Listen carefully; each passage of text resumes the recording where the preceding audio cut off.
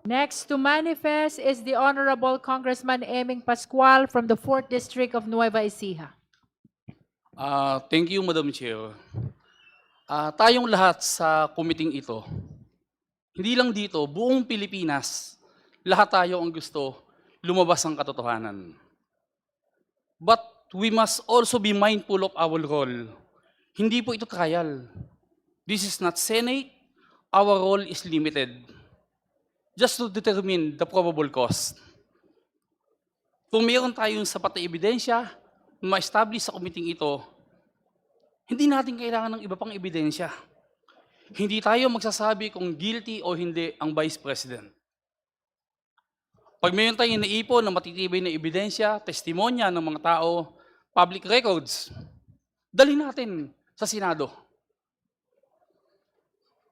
Totoo ang sinabi ni Madam Chair, Jinky Luistro.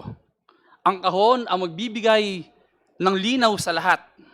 Subalit, sumasang-ayon ako kay Congressman Benny Abante na sa takdang panahon sa Senado, doon natin ito buksan. Opening the box now may blur the line between our function and that of the Senate. Dapat hayaan natin sa Senado buksan ang kahon. That's all, Madam Chair. Salamat.